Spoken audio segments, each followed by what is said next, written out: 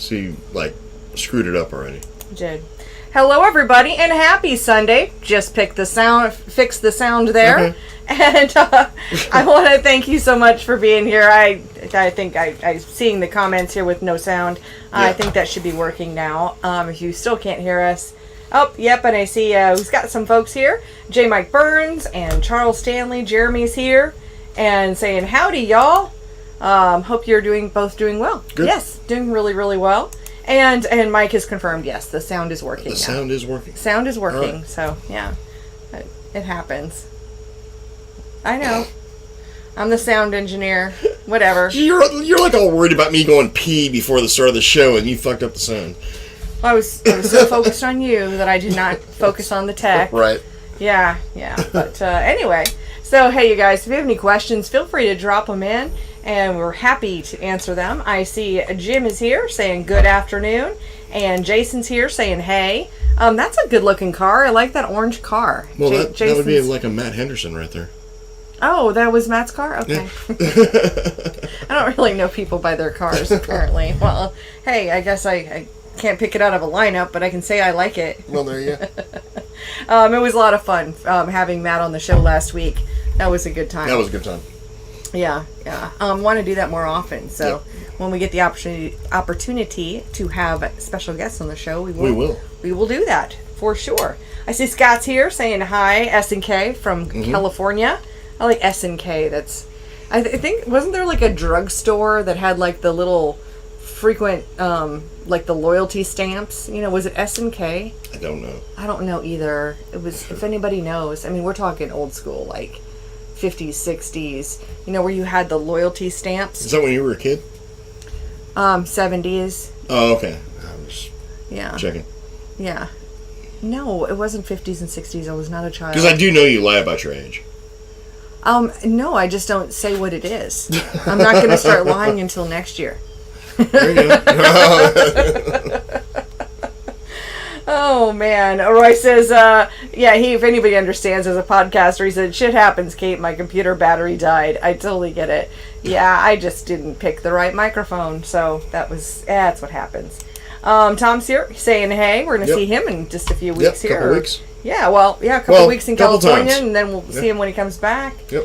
Absolutely. Oh, and Roy says S&H green stamps. Come on, you got to know what those are. I really don't. Well, the idea was when you went grocery shopping, instead of having like the loyalty cards that we have now where they scan them and you get a deal, right. Instead you bought so many groceries and they gave you these green stamps, and then you had these little loyalty books, and like if you saved, you know, whether it was 100 stamps, it was like turn them in like playing skee ball at the arcade. Then you can like turn them in for prizes. Like maybe you needed 100 stamps for a... Well, I'm telling you, this was like a grocery store thing, and you had like 100 stamps, and maybe you get a toaster or whatever. You're gonna have to Google it. You have to Google it and find out. And I remember going to the grocery store and like getting encyclopedias. See, I'll bet you they were probably bought with the green stamps. Could have been, because it was like my the mom freebie doing it. Yeah, like the freebie thing, and she was probably getting like. So she's got like a whole set of encyclopedias from going to the grocery store. That makes sense. Yeah, makes sense. Oh, we've got some legit questions now, so we can jump right in. Brody's here, and he says, "What causes a motor to not start as good when warm?" Well, I mean heat, obviously, but like usually what it's going to be is like your distributor's locked out, and so what you essentially have to do is like flood the motor, so pump the gas a bunch of times, because you know small droplets don't break up, or small droplets are harder to compress than big droplets. Basically, I mean it's so flood the motor, and then normally it'll start. The other thing that we'll do commonly is, you know, make it where you can spin the engine without the ignition being on, and then flip the switch, and then it'll go.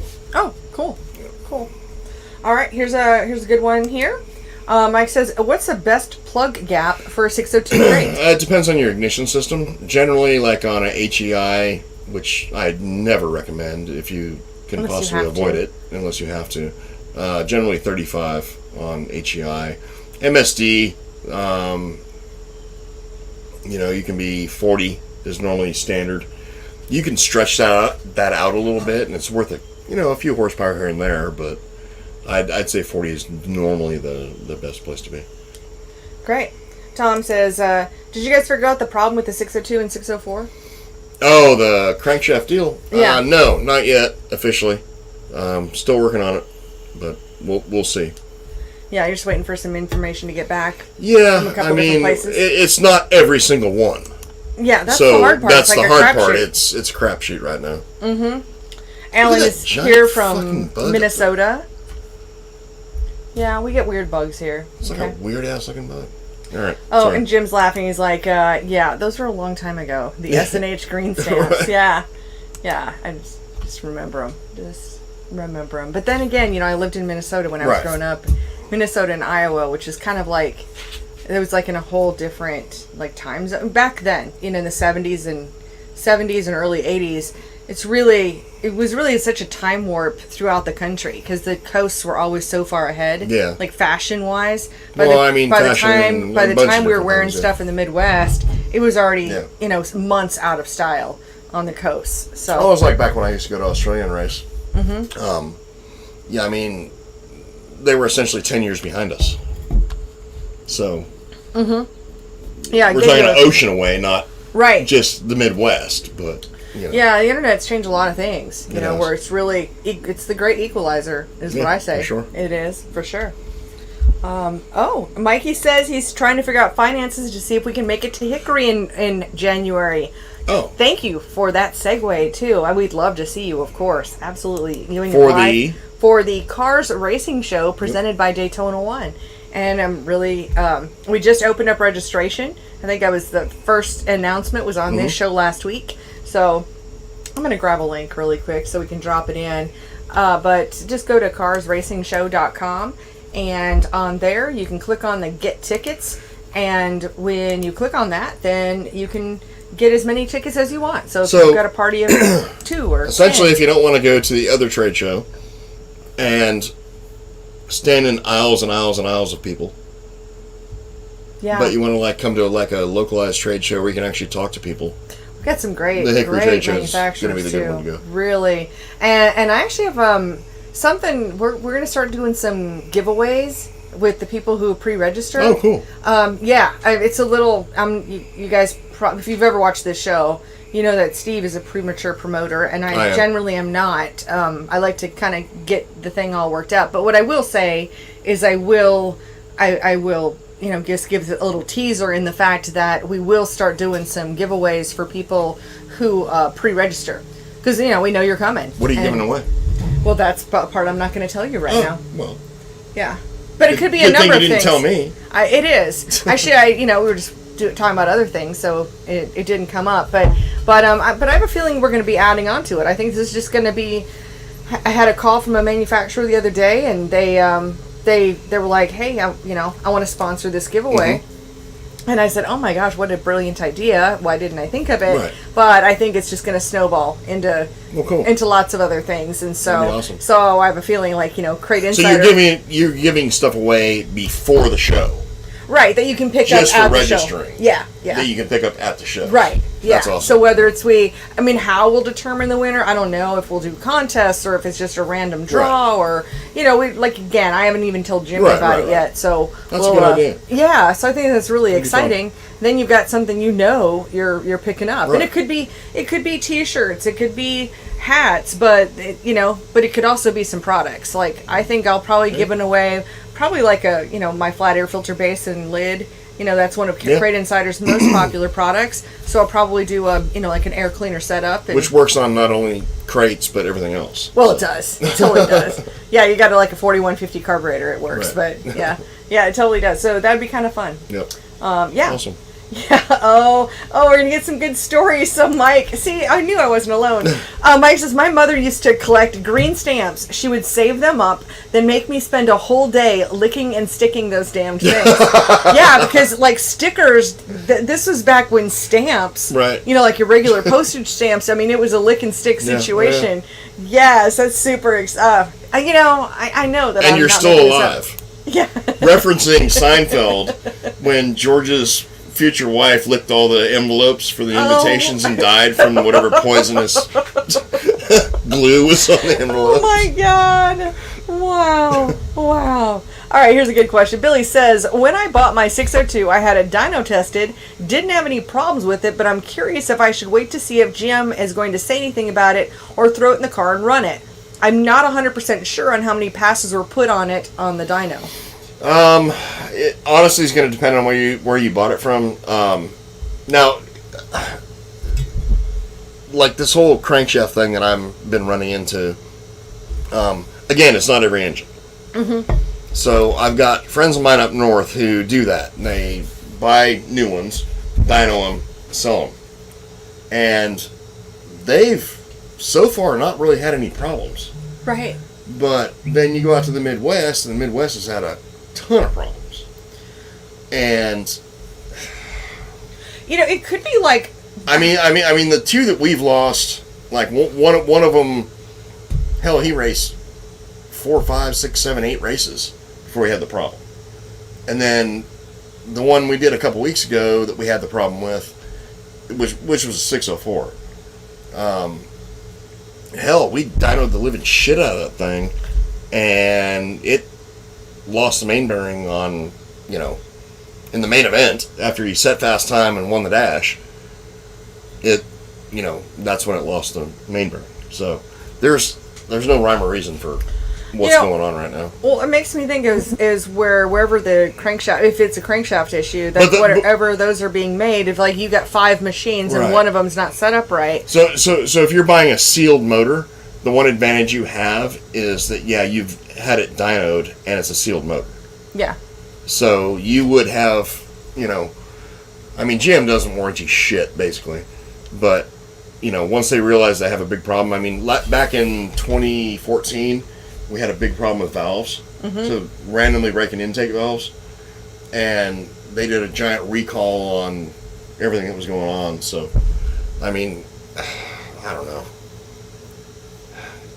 It's a crapshoot, but you're probably better off if it was dynoed.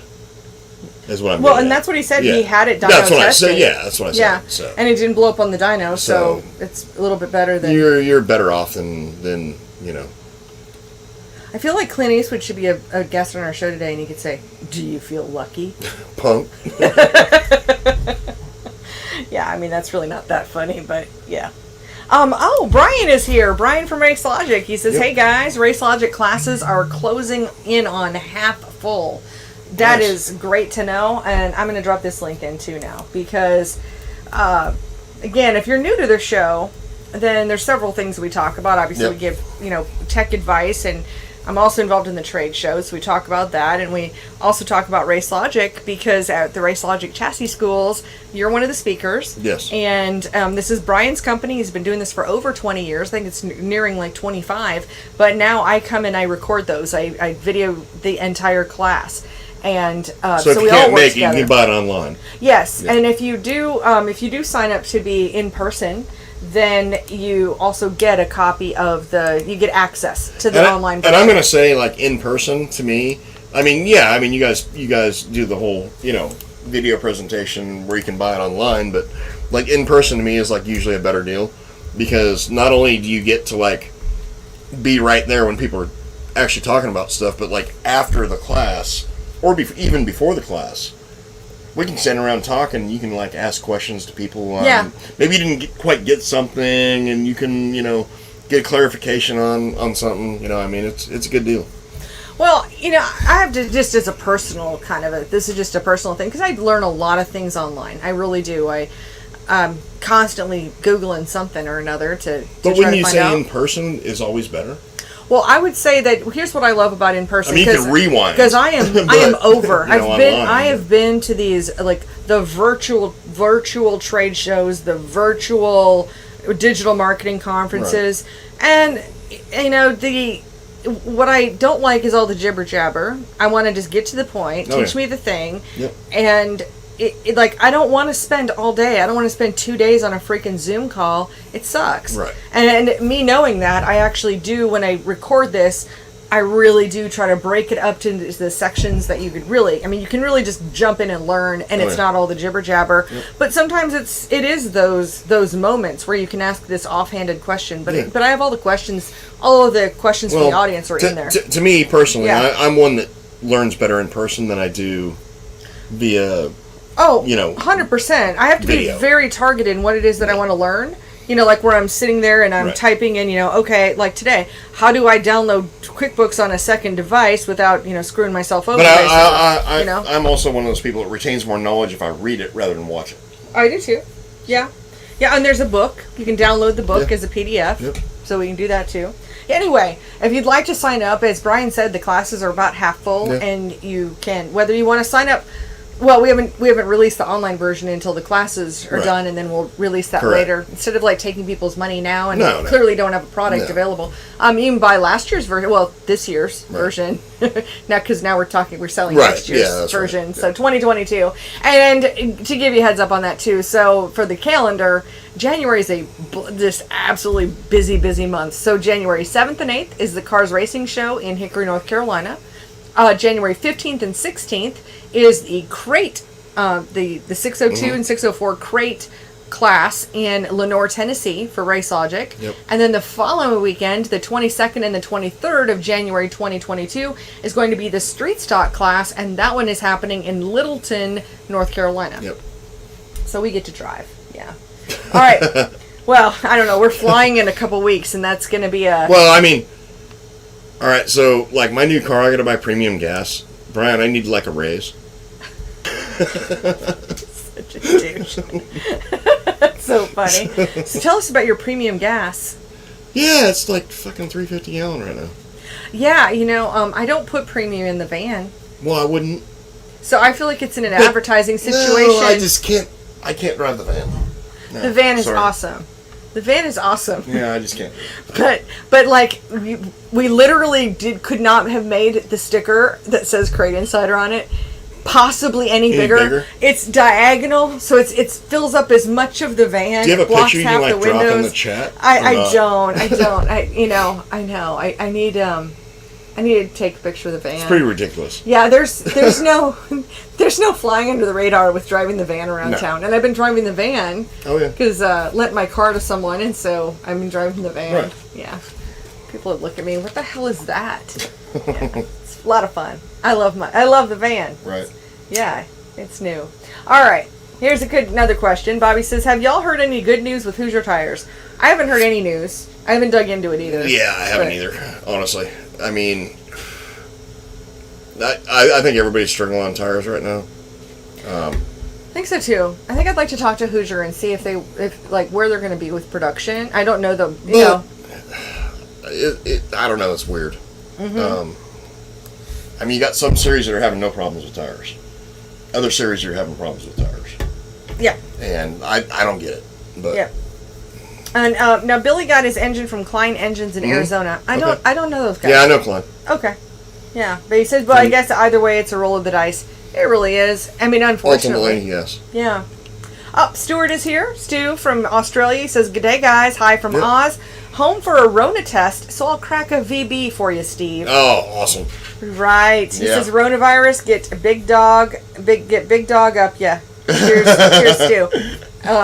Yeah. Yeah, I mean, are you not in one of those concentration camps that they built over there? Oh yeah, he is, because he's in Victoria. Yeah, or he's in New South Wales. Well, New South Wales, yeah. That's where the concentration camps are. I think he's in New South Wales. I should know this. I just sent an order out there last week. So, yep.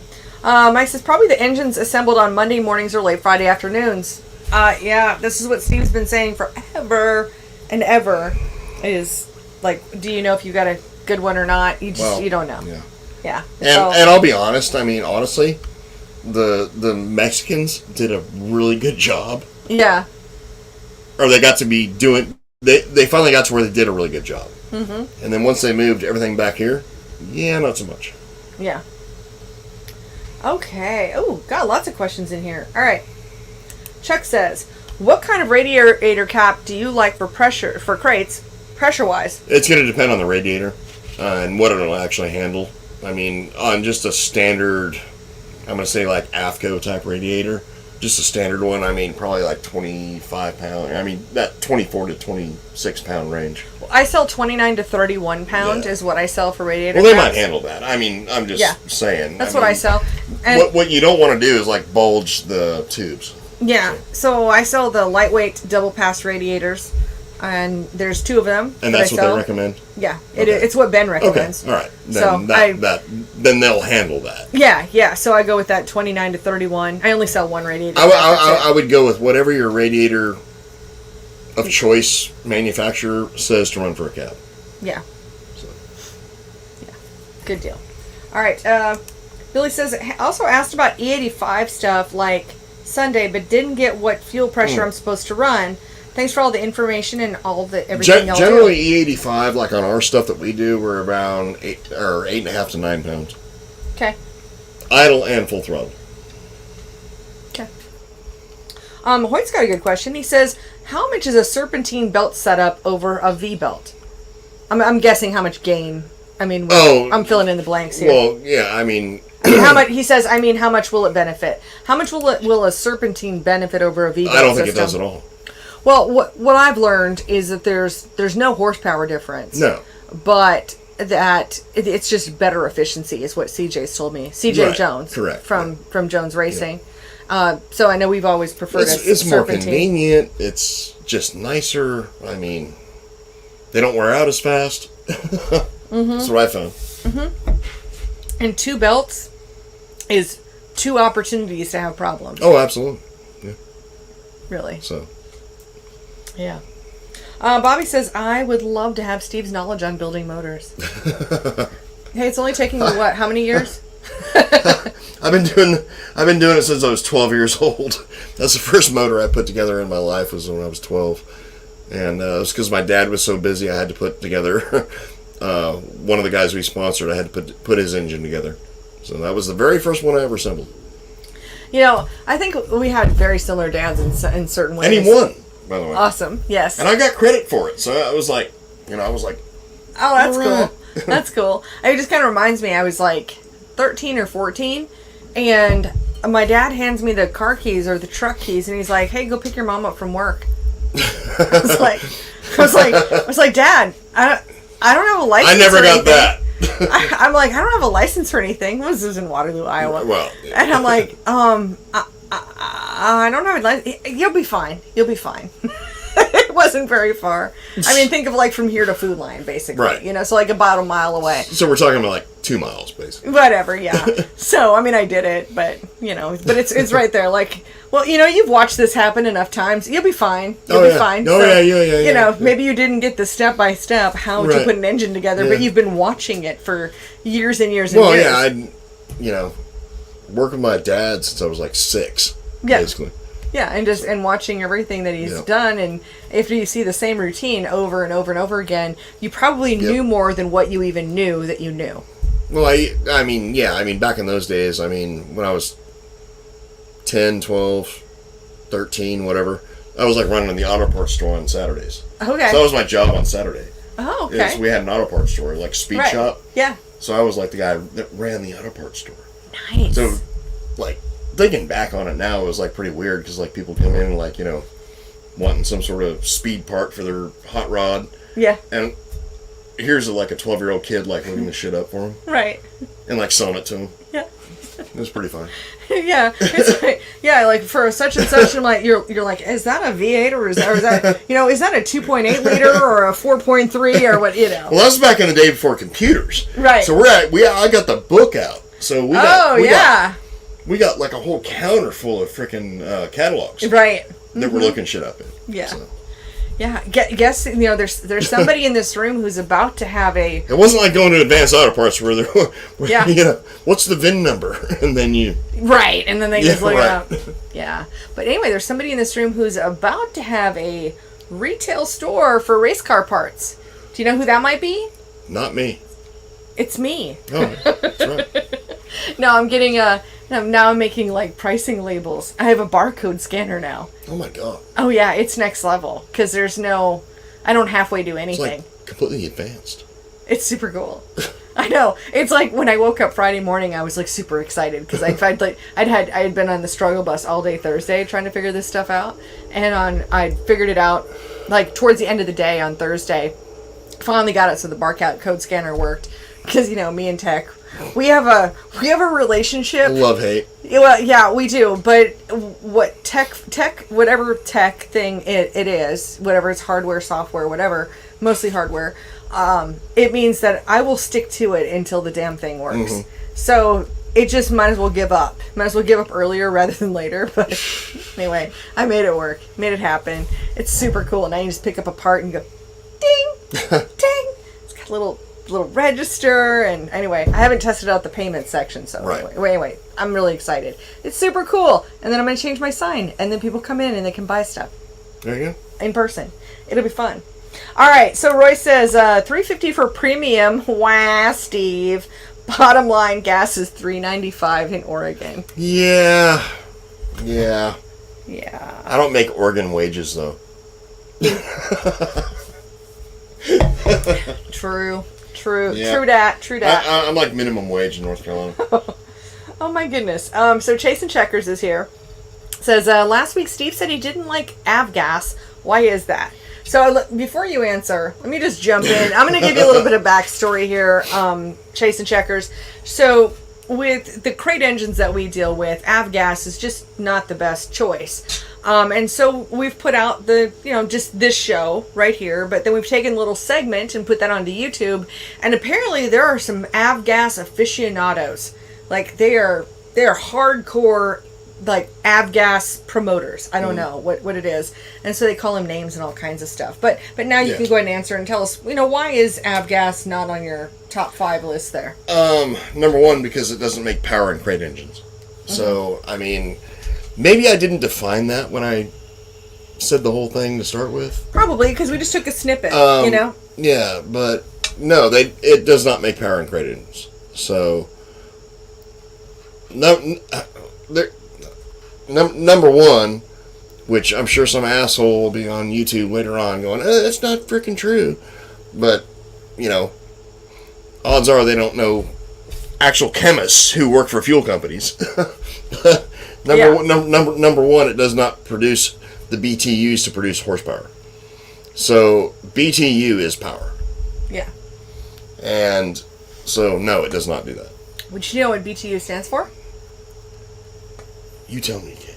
British Thermal Unit. Okay, there you go. I did know that, but... Oh, I figured. I mean, it was just like, I don't know, that was our little... All right, so BTU... Science! BTU is power.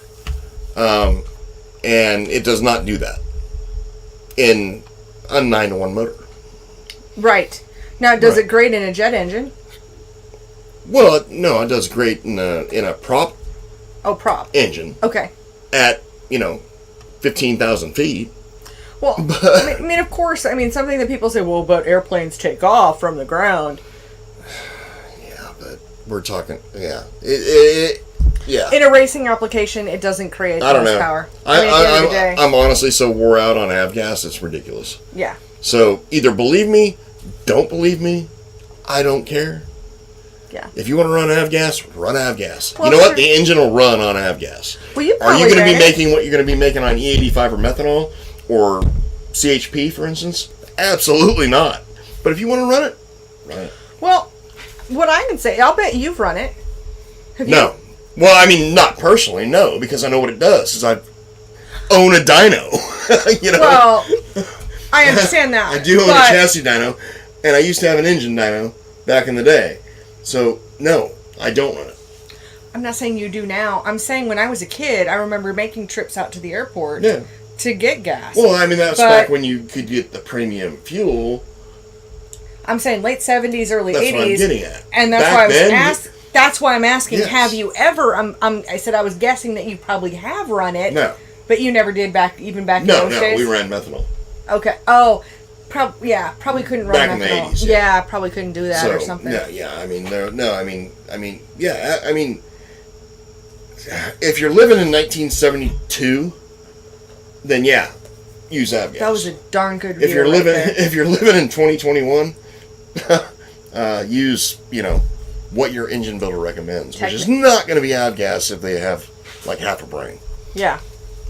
Now, Scott's here. He said he was down from New York last week, and he saw us at Cherokee, but didn't have the balls to come over and have a conversation. Didn't want to seem like a groupie. Dude, we're just people. Yeah. And, like, we love actually meeting people in person that we recognize their names. Absolutely. So, you see us again in public. I mean, if you come down for the show, if you came down for the race, come down for the show. Absolutely. Definitely come by and see us. And, you know, the disadvantage we have, I know that I have anyway, is that I don't always know what people look like. So, you know, people come up and they'll start talking to me and like, oh, I see your videos. And I'm like, thank you, that's awesome. You know, and like, I don't have no idea who you are, you know? Well, so I'm great. I saw your name. I know names. I just don't know faces. Well, I'm good with faces. Okay. Really bad with names.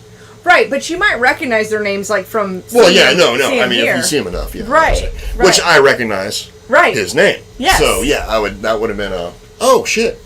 Yeah, cool. Thank you so much for watching, is what we would say. Welcome to the hell that is Gaffney.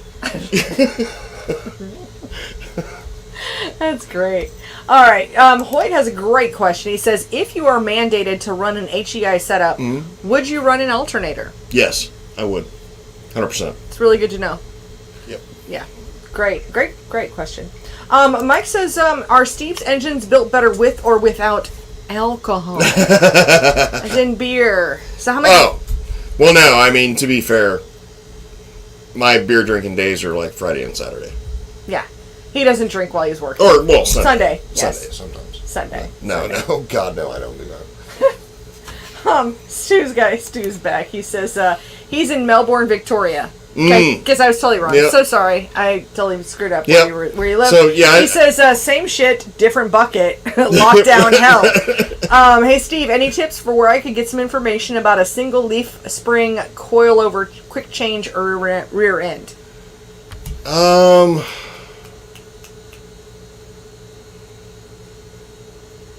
So monoleaf coilover is what you're asking about. What kind of information are you looking for? Because, I mean, I ran monoleaf coilovers for years. I mean, that was the standard. And you loved them. Oh, yeah. Which is why I won so many races on Z-Link. Because I just love that. Yeah, Z-Link is your favorite. I don't even know what it is, but you've heard you talk about it so much. Yeah, that you like it way better. Well, it just suits me. Right. The way I drive, stuff like that. Yeah. I mean, obviously I ran 4-link for years too, but I mean, I'm so comfortable in Z-Link and that whole just mushy feeling deal you get with like monoleaf coilover, stuff like that. But no, I ran monoleaf and coilovers for years, so I mean, what kind of info you want? Yeah. I mean, feel free to message me. I mean, if you've got a question, I mean, I'll be happy to tell you what we did, 20 years ago. Oh my god, and he's so cool. I mean, yeah, you could also call him. And Melbourne, I spent a bit of time in Melbourne. Okay. Yeah. Well, and you can also call Steve. So Stu and I have talked, and we'll be talking on the phone, and he'll be like, yeah, and it's like I had to get up early. This is like 10 o'clock in the morning my time, and he's like, yeah, it's like 4:30 in the morning here. I got up early so I could talk to you. And I was like, God, I feel like an ass sometimes. Right. No, it's all good. It's all good. Jeremy says, he's right here. He says, what kind of power gain can I expect to see going from avgas to CHP running a 602 with a Holley 500? Okay, I don't know on that particular carburetor, but I can tell you on like a 4-barrel deal, if you go from avgas to CHP. Now, we're talking like you need a carburetor for CHP. Mm-hmm. But if you go from avgas to CHP, you're looking at probably on a 602. You're probably looking at 30 foot-pounds of torque on the bottom end. And then you're looking at, overall horsepower rating, maybe 5 or 10 more. I mean, it's not a lot horsepower-wise, but the torque is the main thing. So. And I have no clue where the fuck Kate went. What are you doing? Alright, so now we got, like, dead air. But, CHP is going to be your... I mean, if you have to run gas, then CHP is going to be your best option. But I would also... Whoever builds your carburetor, I would certainly talk to them about what needs to be done with the carburetor, because odds are they're going to have to go in and, do some changes as far as, emulsion bleeds and things of that sort. You got me a beer. I did. Thanks. It's time for round 2. And this way we can talk about what we're drinking today. It was like dead air there for a minute. No, you talked the whole time. I just stared at the camera. Wow, what a big surprise. No. It's all good. All right, so tell us what you're drinking there, Steve. Well, Ultra. I'm not drinking Ultra. I'm drinking Guinness. Because I like Guinness. So if you're drinking Because my something... keg popped in the kegerator. It did. We drank all the... Well, you. Well, me and Let's Matt see. Henderson and Yes, and Jason. Yeah. Jason. Okay. All right, we got another question here. Jeff says, hey, Steve, any idea how much it would be to reseal a 604? Need to have a 604 oil pan changed. It's one of your motors. Oh, if it's mine, then we're talking like, I think the seal itself is around $50. And then, if it's one of mine, and I mean, obviously the seals haven't been tampered with, then, you know, I don't know, it's just time and doing it, and plus the oil pan gasket, so you're probably, it's under $300, I'll put it that way. Good to know. Yeah, and you know the Jacksons. Yeah. So. Oh, Jeremy has a VDL carb, is what he's got. Oh, VDL? For that Holley 500. Yeah, I mean, I'm not really familiar. I mean, VDL is more of an asphalt thing, normally. I'm not really familiar with their carburetors, but I would certainly contact them and see what their opinion is. Yeah. I mean, they make good carburetors, don't get me wrong. It's Yeah, just no, not something that's in my realm of what we normally do. Yeah, we don't have a lot of that down here. No. And Jeremy does run asphalt, he says. Okay, yeah. He runs asphalt. Yeah. Yeah. So. Roy is my kindred spirit over here, saying that dark beer is the best. yes, that's my vote as well. Mike has a great question. He says, what do you think about crate engine massagers that sell engines at extremely inflated prices? Do you think they're really improving crate performance that much? Absolutely not. I run... Alright, so... We don't even know exactly who you're talking about, but we've got... I'm not going to name names, but there are several out there that are like, oh yeah, you're going to get a blueprinted 604. And I've rebuilt these engines, and nothing's been done to them. Right. So, essentially, they take them apart. Do they take them apart? Well, Do one we would know? assume they have to, because normally the GM silicone is not on them. Oh, okay. And then they basically put them back together. Okay. So, Gotcha. that is rampant in the industry, It is unfortunate. where Yeah. we do not do that. No, and if you guys would, I think it's I don't know if it's part of it is just keeping your secrets in your process or what, but... I'm going to put it this way, it's an extremely common thing to see happen in the South. Yeah. Okay. So. Now, actually, Mike's got a great point about beer. He says free beer is better. Well, free beer is always great. Free beer is the best Yeah. beer. Yes. Unless it's Old Milwaukee or some bullshit like that. Oh my God, Milwaukee's best. Then I'm buying my beer. Milwaukee's best. Keystone. Yeah. That's... We're going to Pennsylvania. Don't be throwing off on Keystone, because we'll probably be drinking that shit in a couple weeks. Well, Well, that and Bush in the bottle. Bush Light in the bottle. you know how I get out of that every time? What? Well, I'll be driving. There's that. I'm going to stick with Diet Coke or water or something. I'm not a big drinker. I mean, I drink on the show, but I'm just not a big drinker, No. so it's fun. I'm honestly not either, because I go home at night and I go home at night and I drink Diet Coke. Well, that's true, but I mean, you are definitely a beer connoisseur. You definitely. Well, I love consume some beer. I mean, don't get me wrong. I love beer. I love whiskey. Yeah. I love vodka. Yeah. But I'm I'm not getting off work and pounding it every day. Well, no, me neither. And I think people are shocked when they see like the liquor collection here. We call it the Barsenal. And the reason why there's a Barsenal is because I'm not that big of a drinker. People give me alcohol, or like I buy a bunch of alcohol for a party, and then I'm not a big drinker, so it just collects. That's how you can become a collector. Well, I don't drink to get drunk, I'll put it that way. No, I don't either. No, not my gig.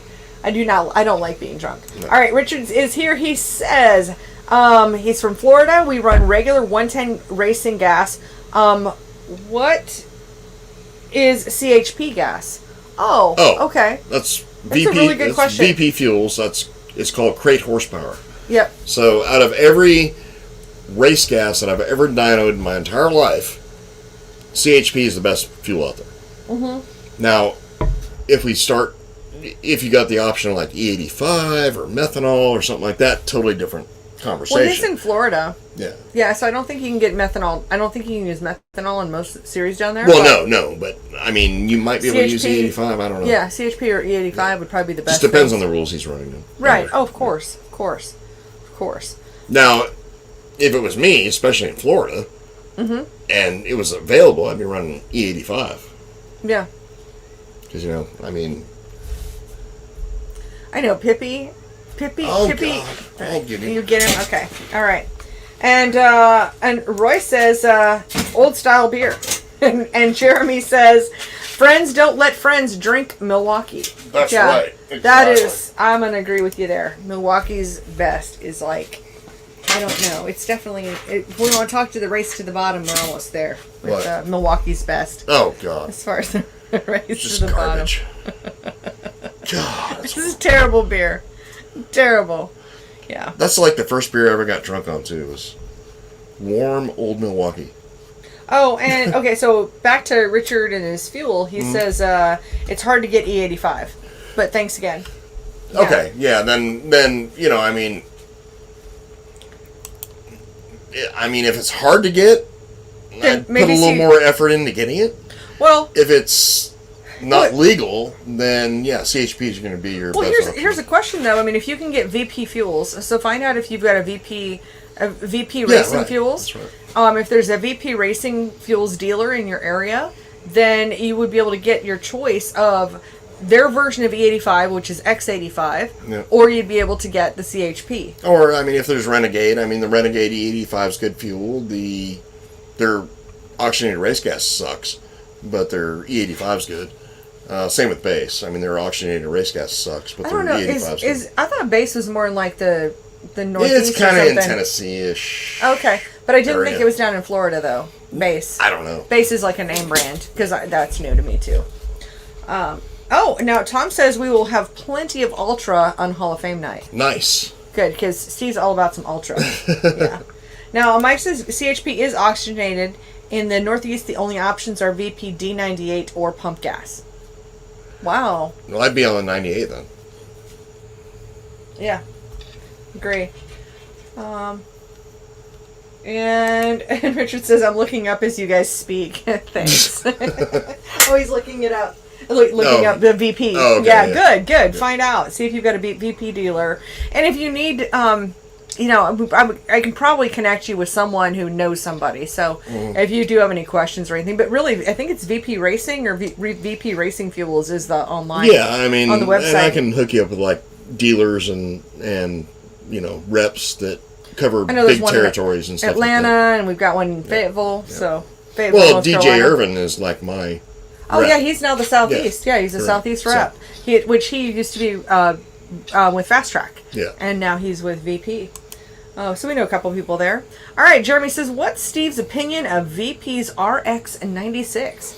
I don't have one, honestly, because I've never actually tested it. So I don't know. Yeah. I wish I did. Sorry. I haven't heard of that one. Richard said we rock. We rock. Yes. Yeah, we were rocking out yesterday. We were at a friend's house and at the pool and rocking out to all kinds of cool music. It's like 12:30. Yeah, I know. Yeah. Time flew. I was all like, hey, Steve? No, how long? Just one more? Okay. It was fun. It was a great time. It was a really great time. Well, keep dropping those questions in. Anytime we get together with those two. Yes, our friends Donald and Michelle are amazing. We love them. Yeah. Yes, we love them. Boy, it's hard to believe it's in the middle of September. It's like now we're in the final third of September. Yeah. It's insane. It's just like, I don't know what happened to like the last 4 months at least. Well, you know what's pretty cool though? Tell us. Is like, did you see where like daylight savings does not end until November 7th? No, I did not see that. Yeah. So we get to stay on this time. Good, because November this is 7th. I like this time. Exactly. I don't like normal time because this is the fake time. I like fake time. I like fake time. Yeah. I if we could just keep fake time all the time, I'm totally good with that. Yeah, year round. I'm good with it. I would be, because you know what? I'm not catching a bus at 4:30 in the morning, so I don't care if it's dark. Right. What I care about is when I get off of work that it's still light outside. Exactly. And so you feel human. Exactly. I mean, kids don't even take the bus anymore. Oh my gosh, we got a full-on spammer here. Oh, wow. With I think we need to. I'm going to put that user in timeout. They're putting a bunch of Chinese stuff in It's there. like a gook. We are not going to say that here. We might have to block them. Okay, they were both blocked for 5 minutes. All right, Ellis. Sorry guys. All right, we're blocking that user. Yeah, I don't do spam. No. I don't like. But all right, so we got a legit question here. So Mike says, we ran CHP in a Ford crate racing engine. Just have to make sure anyone running CHP increase the jet sizes in the carburetor. Yeah, there's actually more to it than that. Like, if you get down to the nitty gritty, I mean, it comes down to emulsion bleeds, it comes down to air bleeds and everything else. So, is like fuck stick still doing it? No, there's more of them. So apparently we're cool enough to have we've been botted or something, like some freaking Chinaman. Yeah, it was all a bunch of random. We're gonna so anybody who's just listening, we are getting spammed over in the comments over on YouTube. Yeah, we're gonna start with a bunch of Chinese characters. We're gonna start the COVID and spam this freaking chat. So yeah, we don't. I'm not gonna deal with that. So you got a bunch more. Yeah, they're probably just gonna keep multiplying. Yeah. But I'm really good at blocking. Blocking, block. It's kind of fun. Yeah. Well, whatever. Anyway. Yeah, I don't. Well, I guess it's better than the really crappy people who are just mean on the internet sometimes too. They're all over the place too. Yeah. Because I am an asshole for saying Avgas sucks. Roy has a good question. He says, if you care to plug, I have NHRA driver Greg Anderson Tuesday and Bob Oliver from Competition Carbs on Thursday on my show. We'll talk about Roy's Absolutely. show. So Roy we've both been on his show. His podcast is called Up on the Bars. And Roy, if you want to go ahead and drop in a link to I know you do it on Facebook. You do it as a video podcast. And Kate will not block you for spam. I will not block you for spam. I've got, You got a bunch of. No, that one just says ha ha ha ha ha. Oh, guess who? Somebody else is going in time. Got a bunch of kooks. Okay, we are not going to do that here. Please stop. We're putting them in timeout. So anyway, just block them. Well, it gives me an error if I try to block them, which is why. Anyway, well, at least they think we're funny. So I guess there's that. Yeah. So, anyway, user was blocked. All right, now they're blocked. All right, Up on the Bars discussion Facebook group. So look in Facebook groups if you're on Facebook. Wow, they're coming for you, Steve. I guess. But they stopped. Do a search. Up on the Bars. Up on the Bars is what you're looking for. And Tori's here. She says, we had an interesting question from YouTube this week. Did I miss the answer? Tori, I did not see it in the setup for the show. So if you wanted to even post that as a question, I'd appreciate it, because I don't remember. I have no idea what it was. I remember you saying that there was a. So anybody who doesn't know, Tori's my assistant. Yeah. She's evil assistant Tori. Amazing assistant Tori. Yes, amazing and evil and hot and all the things. And she's all the things. She's all the things. She's incredible. Yeah. So if you can remember what that question was, Tori, please just go ahead and drop it in there yourself. She might have known that. And we'll do that. So that's good. In the meantime, I'm trying to block spammers. Didn't know that was a thing. Yeah, I didn't either. Yeah. It's kind of weird. Yeah. All right. Report them as spam. YouTube will suspend their account pending review. Yeah, it's just hard when you're actually streaming live. Yeah. She dropped it in the private chat. Nope, okay. It's not there, Tori. It's not in there. All right. Jeremy says, thanks for the help, Steve. Really appreciate the knowledge. It sounds like my carb is making a trip to VDL and a fuel change is in my future. Yeah, no, I would, for sure. Mm-hmm. I mean, and honestly, those guys at VDL are great. I mean, do their carbs make the most power in your application? Probably. That's who I deal with, honestly. Yeah. Great. I mean, dirt-wise, not so much. But. And Roy dropped in a link to, I'm going to go ahead and put this up on here, and I might be able to, No, I can't like copy and paste. We'll try to have a link to Roy's show even on the YouTube side later on, and we'll put that link in there. So if you want to check out his show, he has some really interesting people on his show. Oh, yeah. I mean, I'm not saying just because I was on his show, right? But but he does. He does. But you were. I was. Actually, it's because of Roy. This is why we do StreamYard, which allows us to stream live to both these platforms at the same time. Really worked out great. And so any more comments or questions or anything, feel free to drop them into the comments. So happy to answer. We love answering questions. We do. So did you have a good week? Yeah, you asked me that earlier. I didn't, but we had no sound back then. Oh, yeah, it was all right. Okay, good. Wasn't horrible. Well, that's good. All right, not horrible. That's a huge compliment. Actually got parts in and shit together, that kind of thing. That's a good thing. Yes.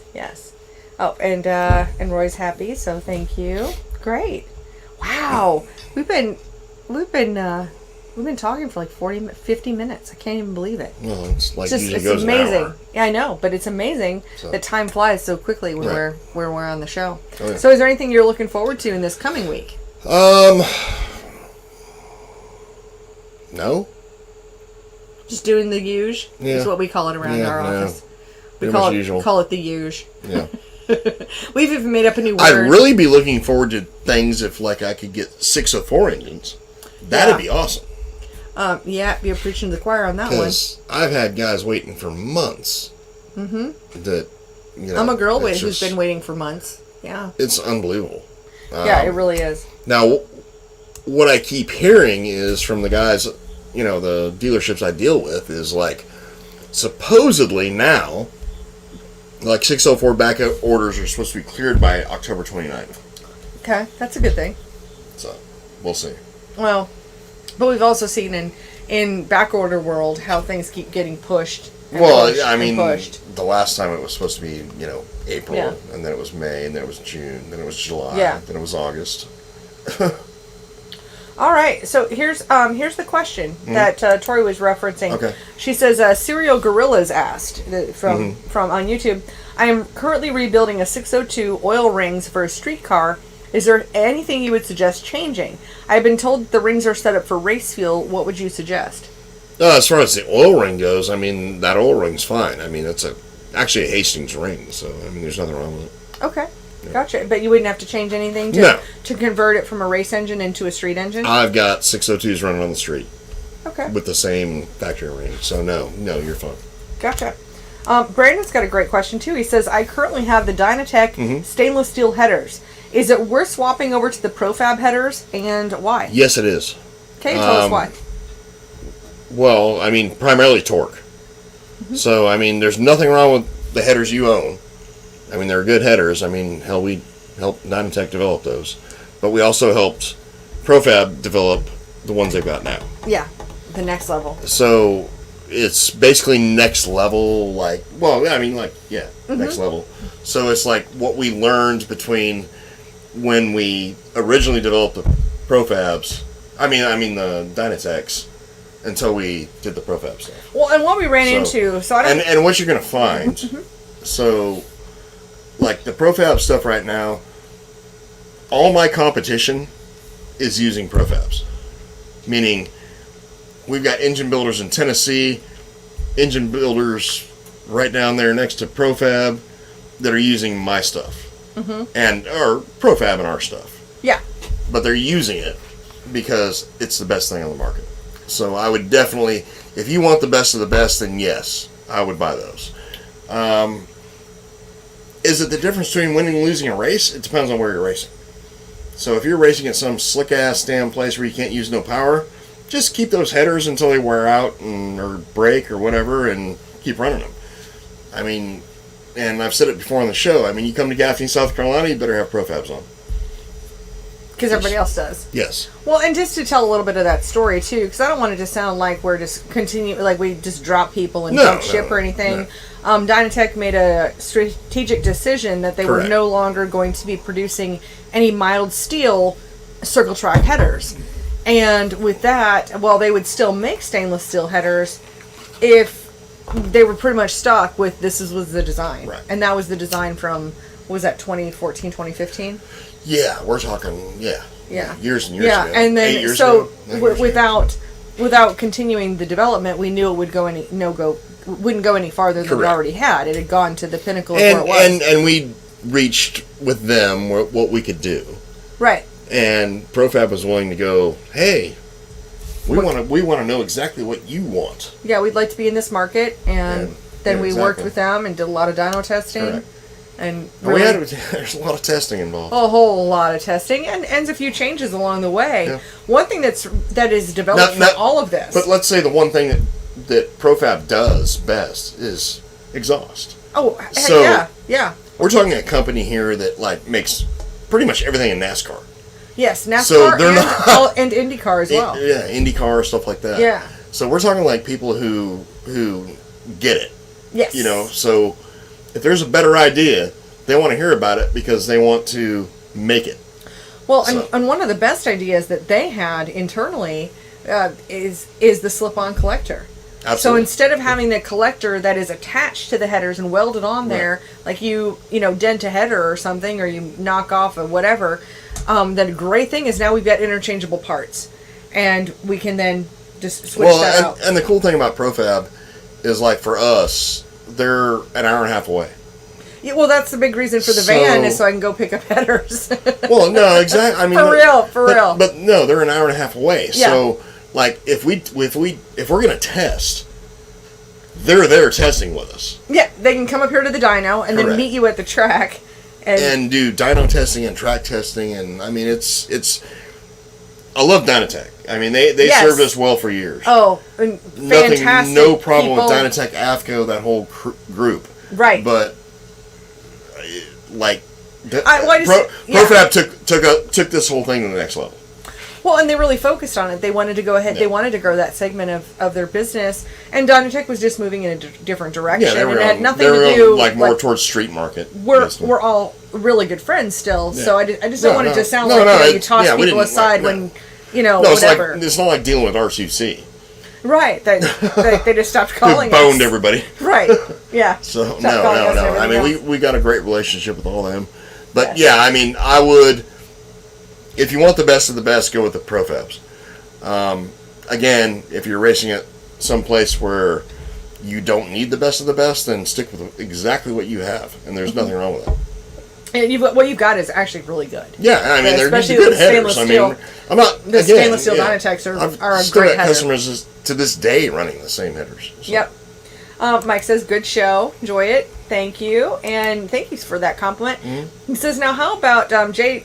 Mike Burns? He's in the Northeast under Dirt Car Northeast 602 rules. And he says, how about Schoenfeld versus BA headers? My choice is always going to be BAs over Schoenfelds. Yeah. And nothing against Doug and them. I mean, I love them to death. I mean, my dad was really good friends with Doug. But Doug Schoenfeld. Yeah. Mm-hmm. But I'm going to say the BAs are probably going to be a little bit better. Because, I mean, that's kind of that area where they really specialize in that. Oh, my God. When it comes to modifieds, hands down, I definitely go with the BAs all day long. Just something to be really aware of, and this is for everybody, is that headers can be harder to get. So don't wait until it's like, oh, wow, I put my engine in the car, now I need headers. Because there's going to be a lead time depending on what you've got. So currently, BA is about 5 to 6 weeks out. Well, they got screwed like everybody else during the whole lockdown. Well, they got screwed worse. Really doubly worse. Doubly worse because they're located in New York, and the only person who could work, physically work in the facility was Joe BA. Yeah. And now Scott was helping out by answering all the emails, and you could call and. Man, and they're still working mandatory overtime. Yeah. I think they're working probably 6 days a week. I guarantee it. And they're still just the orders just stack up, and they've never been able to get on top of it. Great headers. I mean, well, yeah. I mean, I'm a BA dealer as well. Well, I mean, anything if you're running a mod or anything like that. Oh, only that's my go-to right there. Yeah, 100%. I totally agree with you there, for sure. So we were right about. Let's just see if you've got any last-minute questions. Feel free to drop them into the comments, and otherwise we'll kind of wrap things up, for sure. So just kind of some takeaways from today. If you want to come down to our racing trade show, let me just tell you a little bit more about the trade show. Yeah, do that. Yeah. So, when you say trade show, that can mean many, many different things.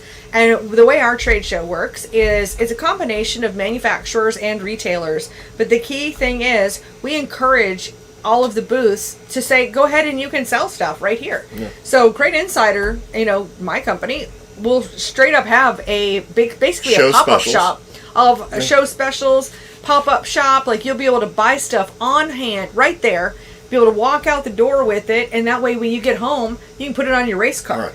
Now, other things, the other really big and pretty much everything is show special. Oh, honestly. Lots of show specials. Yeah. But the other cool thing is we've got a lot of the seat manufacturers and fire suit dealers as well. Yep. And that's one of those things where you want to get measured. You want to make sure you're getting fit properly, whether it's your fire suit or your seat. And yeah, sure, you can try to do your best and you can send in your measurements, but when you can get measured by the guys that do this every day, well, it's so much better. You take like Butler Built. Right. All right, so our friend Chris Ferguson. Right. And then Butler Built's in the show. I mean, all them guys are there. Right. But, I mean, let's just take Chris. I mean, Chris is a race car driver. Everybody knows Chris. Yeah. Right? Mm-hmm. So, he can be the guy, Fergie, he can be the guy that measures you. Right. Which is what he did with Alex. Right. For his, I mean... Well, I did a video. Yeah. Alex bought his seat. Exactly. But... Yeah. It's pretty freaking cool. Well, and you've got Bad Brad from Velocita measuring for fire suits, and we were going to have Kevin Noose, Noose Designs. He'll have a fire suit. He's a fire suit manufacturer as well. Hooker Harness back, right? Yep, Hooker Harness is coming back. So Hooker Harness, I mean, you're talking the best seat belts in the friggin' industry. Oh yeah. And these guys will sit down with you and get the exact right thing you need for your application. Yeah, well, and that's why I don't stock Hooker harnesses, because it depends on the chassis and it depends on a few different things for your seat belts. And these are a dated item as well. Randy LaJoy from The Joy of Seating will be there. It's just great. And you're gonna have Hammond's grumpy ass there. Oh, absolutely, Hammond's coming down. Another thing too is the stuff that's hard to ship. So like Dirt Car Lift, they'll be down there and they'll have lifts on hand, because unfortunately, these are just there are some things that are just heavy and they're expensive to ship. Correct. But you'll be able to pick it up size-wise. Oh my gosh, AFCO was there AFCO and Longacre was there with shock smashers, Spring Smashers last year. Boyd Built was as well. You can buy all that stuff right out of the shop. So it's what we like, but it's not like auction swap meet. We're planning on having seminars. By the way, we did this show December of 2020 in like height of lockdown. So if we did it then, we know we pulled it off. Yeah, we made it happen. It was not the easiest thing to do, but we did it. And so we can be confident that we know how to run. We know how, no matter what the restrictions become, we know how to handle it. Yep. And we'll be able to move forward with the show. So I think that was a lot of it. I think being able to just talk directly. The aisles are not filled with a bunch of soccer moms looking for autographs. Or stickers. There's sticker collectors. You see that at other shows where people are like, oh, race cars. I want to see race cars. I want to see hot race car drivers. And then there's just people that don't belong there, know? Correct. So we really try to dial it in. We're not requiring credentials or anything. No, I mean, the main thing is, like, if you want to go to a serious show where you can, like, actually talk to people face to face. Yes. And this goes not only at the show, but we do have after hours events. Yeah, and we'll be planning some pretty where cool you events. can join people and have conversations and stuff like that, Yes. after hours, which is great. Yeah. Which, honestly, that's where a lot of business is done. Well, you always say that, but to me it is. Well, I think a lot of relationships are created. I think a lot of relationships are created, they're finalized, but really, the closing the deal thing happens on the phone afterwards. That's that ultimately, but still, name to a face to a name, whatever you want to say. It's a great way to meet people. So that's some things. We're definitely planning on having seminars this year. We had to cancel all those last year, but we're planning on having some seminars, and we'll be working with some folks on who wants to be a speaker and have some cool stuff. It'd be good to get like a Jim Bernheisel in there to do his... Yeah, Jim does a great job as a speaker. Oh, yeah. And, with all this camera gear stuff, I think I'll probably try to jump in there with some cameras and record some stuff, That'd be awesome, yeah. And I may not be able to be there in the room to man the cameras, but I think I'll probably try to do something. Hell, maybe we can, con Chip into doing something. Well, we're going to see Chip the next week. Chip, we will. Chip Vineyard from CVR Race Cars. Yeah, but there'd be lots and lots of cars to see too. Now he might be able to do like an arrow thing. Ooh, wouldn't that be awesome? Now Jim does an arrow thing too. Jim's does all about some. Jim Burnhouse is all about some arrow. Yeah. Yes. It'll be fun. Yes, for sure. So anyway, that's the heads up on that. And so if you're catching you're catching our show later, and we're talking about this show. The show we're talking about is the Cars Racing Show. Yep. So CarsRacingShow.com, and Cars stands for Carolina Auto Racing Show, since everything has to have an acronym. So it's kind of like Carolina Auto Racing Show, but whatever, right. It's fine. It's all good. Well, I think that's about all we've got for this week. Any final thoughts, Steve? No, I'm good. All right. Well, I'm going to eat some food. Actually, I'm freaking hungry. Okay. Well, there we go. Well, I want to thank you all for being here. Thank you so much for being part of the show. Thank you for being here, co-host Steve. Yes, and we're planning on being back next Sunday for the Unsealed show, and I hope y'all have a great week. We are doing we got to go some places coming up. So we'll figure that out between this week and next week. Right, but next week we'll have a show. So next week we will be back. We'll be back next week. And in the meantime, you guys have a great week.